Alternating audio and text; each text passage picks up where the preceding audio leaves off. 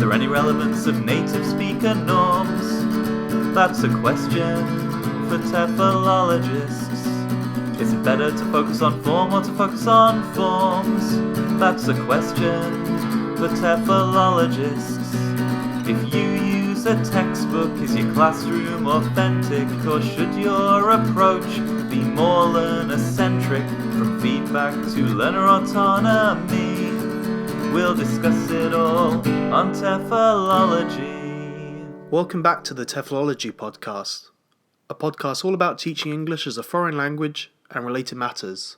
Today we bring you our first podcast of 2019 and our first of 4 episodes recorded as part of our Diversity Through Interaction Forum at the 2018 JALT conference. In this episode, Matthew interviews invited conference speaker Mehrasa Alizadeh. Mehrasa is a soon-to-be PhD graduate from the School of Information Science and Technology at Osaka University. Her research interests include online course design, development and quality assessment, as well as AR and VR applications in language teaching, which is the main topic of today's interview. More information about Mehrasa and her work can be found by following the link in this episode's description. So, without further ado, we hope you enjoy the interview. I suppose an interview might usually begin with an introduction from the interviewer. I'm not going to do that, however. I think everybody here can read the sort of biographical information in the handbook, etc. But also, actually, what I'd like to do is, in the spirit of dialogue, start by asking you to maybe just give us a sort of brief summary of your career history. I'm aware that you, I assume you're Iranian. Yes. You did your undergraduate and postgraduate studies in Iran, and you worked in Iran, and just talk a little bit about your journey from there to here. Sure. Okay, thanks very much. I started learning English to begin a little bit before my career when I was 11 in Iran. And then my first experience teaching English began when I was 18 years old at the same language school where I learned English myself, although a different branch. And I've been doing it part-time for many years. I've had experience teaching at a high school in Tehran for 3 years. I worked at that institute, which I previously mentioned, for some 6 to 7 years. And then I also, when I was back home, I had experience teaching undergraduate students for 1 year. And I was thinking of doing a PhD overseas, and I came to Japan back in 2012 for the first time to attend a conference. And I liked it here, so I thought, why not come to Japan and continue my studies here? And so that's how I'm here now. And here in Japan as well, besides being a full-time student, I have had experience teaching part-time at a private university, as well as an Eikaiwa school, a conversational English school. Right. Can I just very quickly ask what it was about Japan that appealed to you? Okay. So, as I said before, I wanted to go and study abroad, and to be honest, I tried going to Canada and the US, applying for those several universities in those 2 countries when I was a master's student. That plan didn't go well, and then, given that I'm also an Iranian, it's not always easy to get admitted to North American universities. So I thought Japan would be a safer option, and the fact that there are many EFL, English as a foreign language learners here in the context of Japan, and that's how I've learned English myself, I thought it would make a lot of sense for me to come to Japan and pursue my higher education and a career here. Great. Thanks. So at the conference today, you're talking about the use of MAVR, mixed augmented and virtual realities. Right. Is that right, in the classroom? But you're also interested in a range of issues related to CAL, computer-assisted language learning. Could you talk about how you first became interested in the use of technology in language learning? Sure. So, my experience with the use of technology actually doesn't go back to many years ago. I had I was raised in Iran, and that's a relatively low-tech context compared to more developed countries. However, I really like the idea of using technology, and when I had a chance to, I always tried to use it to help myself learn the language, and then I was also always interested in using it to help other learners improve their language skills. And well, gradually during my master's course, when I got more familiar with some basics of computer-assisted language learning, and I took further courses, attended some workshops, I learned more about it, and I got more interested in the idea, and I thought I wanted to actually pursue that as my field of research. Great, thanks. Most young people these days, and perhaps many older people as well, spend a lot of their time engaging with the world online. So how important do you think it is now, or will become in the near future, for all language teachers to familiarize themselves with internet-based aspects of language teaching? Sure. We all know that the current generation, the so-called digital natives, are already using all forms of technology that are available to us. So it does make a lot of sense to use all those in the context of language teaching now that it's something that our learners are interested in. Why not use it in a more educational way? And also, I'd like to refer to this quote. I don't remember the exact quote, but it goes like, computers will never replace teachers. However, teachers who know how to use computers will replace those who don't know how to. So you think it is something that all of us language teachers should start to get engaged with? I believe so. Okay, fair enough. So focusing now a little bit on MAVR, what do you think are the main benefits of using it in the classroom, maybe for both the students and the teachers? Right.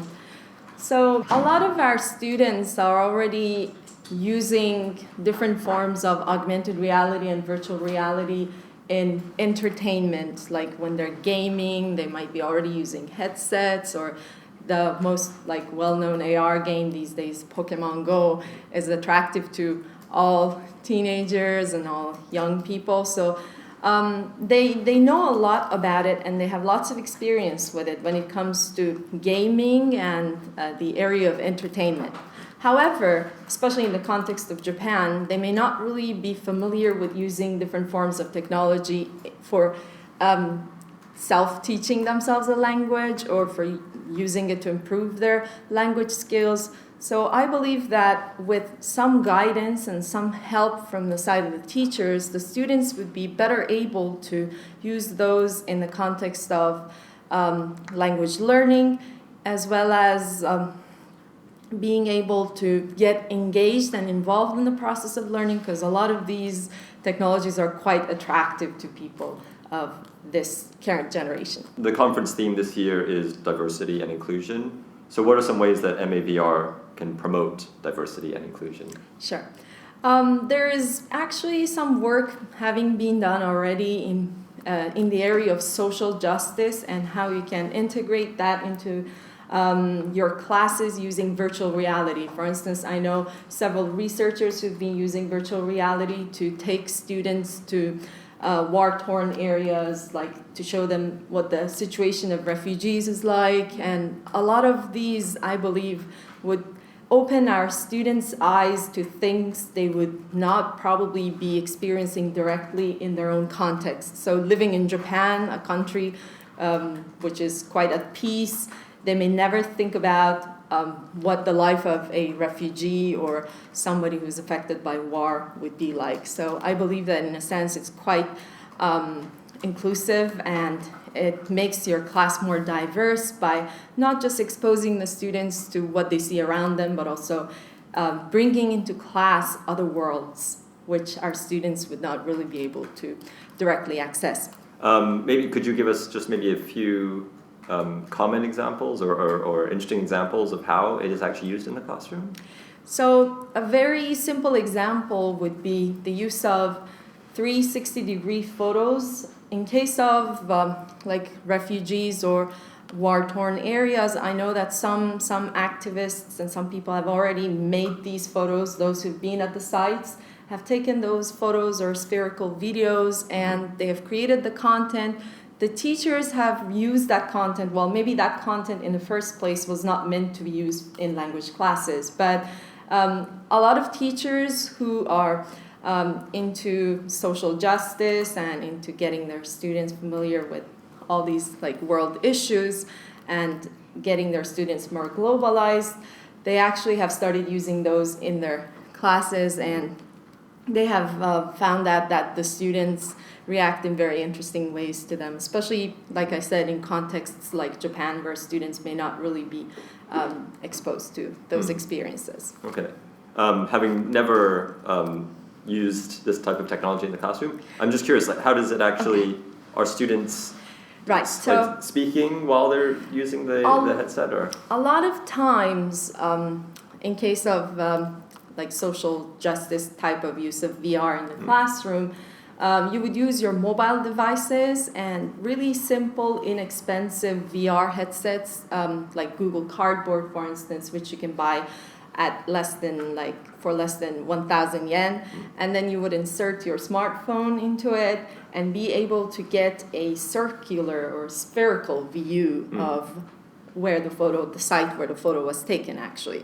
And then it gives you a much more like immersive experience than just looking at a 2D photo or just a simple video, which you may not be really involved with. It takes you to the scene. It's like taking you to that scenario and getting you in there and giving you a closer feel of what it means to be in that situation. Okay, great. And then they have that experience, and then afterwards they'll talk about it and write about it. Or, There could be a lot of activities done around this experience. So it all goes down to the teachers' creativity and how well they design a task. So, of course, a lot of these technologies have not been created for use in the language classroom directly. So they've been created, they're out there, they're sometimes even purely for entertainment or just, I don't know, as some news materials, for instance. But as a teacher and as somebody who knows about task design, I believe that it's possible for us to use those contents and kind of recycle them in a new way in our own classroom for language use, to stimulate the students, to give them more awareness, and also to get them to speak English. Right. Or other skills as well. Just based on the aim of our forum here today, which is to find connections, I was wondering if you could talk a little bit about any connections you see between this use of technology and creativity, which is what maybe TEFL will be talking about. Yeah. In response to your former last question, I think I briefly mentioned the concept of creativity. I believe on the side of the teacher, there could be a lot of room for using creative ideas and trying to come up with tasks which are language focused, and also try to use those forms of technologies and put them together. So this covers the teacher's side. On the student's side also, I believe that there could be many ways in which we could get the students to gradually create this type of content. So a lot of times when it comes with new forms of technology, teachers or some developers at times would be the creators of the content, and we teachers or students would be the consumers or users of it. However, as time goes by and as different forms of technologies are more normalized in the educational scene, I would say that we can take a step forward and give more control to the students and ask them to create their own content. And that is where the student creativity comes to play. Another one of your research interests is online course design, development, and quality assessment. How do those aspects of considering an online course different from those of like a face-to-face, more traditional course? So this interest actually started back in my home country when I was in Iran doing a master's and also partially doing a PhD, which I quit before coming to Japan. But the thing is, back there in Iran, I didn't know much about, or maybe better to say, I didn't know anything about these new forms of technologies, and they were not a thing perhaps back then, or at least not in my home country. So I knew about more common forms of technology use in class, like the more typical type of e-learning and studying online, like self-paced courses. I knew about MOOCs or other forms of technology use in language education. However, I was not really familiar with these newer forms of technology. And then coming to Japan, with the graduate school I'm affiliated with, which is the Graduate School of Information Science and Technology, I actually got to an environment where people specializing in computer science focus on augmented reality, virtual reality, computer vision, artificial intelligence in a computer science way, not in an educational way necessarily.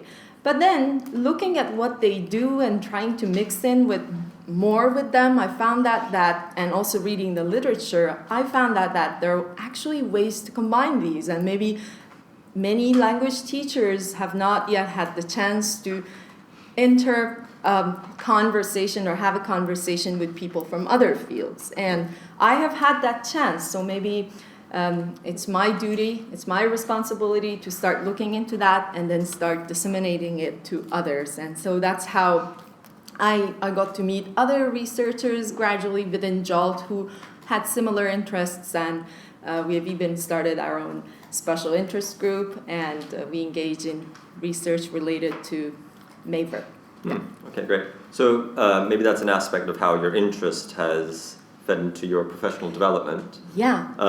Are there any ways that teachers could maybe be using the technology directly as a form of professional development?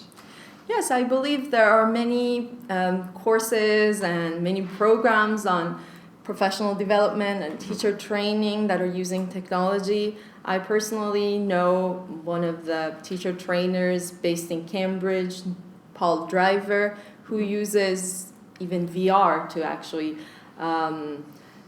train teachers. He uses spherical 360-degree videos he makes those videos of the in-service or pre-service teachers he's training, and then through virtual reality headsets he tries to get them to see what they have done while they were teaching. Instead of just watching a video of yourself, it takes you in there. It shows how people are reacting at every single moment, because you're not just looking at one side of the room. You're having the whole sphere into one video. And I have heard through his videos that his students have a whole other level of experience with this type of training than they would have with just having their class or practicum or demo lessons recorded with simple cameras. Okay, wow. So the future is, for example, lesson observations. Where I work, we video record the lessons. We ask the teachers to watch the video, and then we talk about it. But in the future, they'll put on a thing and they'll be in the lesson and be able to look at the lesson. I think so, yeah. Wow. Okay. And actually, yeah, it's being done in some contexts already, although it's not as widespread. Yeah. Okay, that's great. Okay, we'll have to leave it there. We'll have to let you go, unfortunately. But thank you very much, Mehrasa. Thank you so much. Okay.